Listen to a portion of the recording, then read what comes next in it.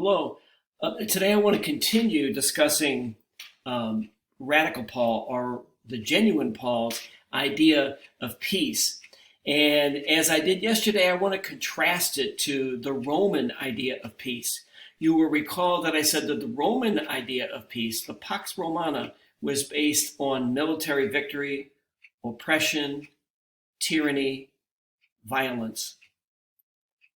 Paul's idea of peace, which mirrors Jesus' idea of peace, as I said yesterday, is based on his use of the title Lord. Paul refers to Christ as both our Lord, meaning the Lord of Christians, and also the Lord of all people. And then he also, and this is the second point, Paul also uses the title Father for God, rather than warrior or king or judge.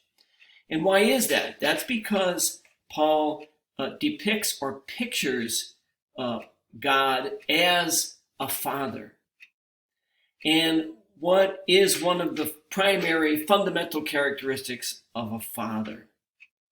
A father is one who treats all of his children equally. A father is one who gives all of his children everything that they need to not only to live, but also to succeed and to thrive.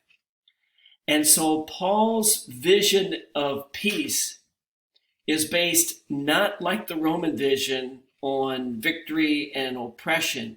Rather, it's based on a God of justice and equality, a God who desires that every member of the human race has everything that he or she needs in order to thrive, in order to have a good life, in order to contribute to the betterment of the world.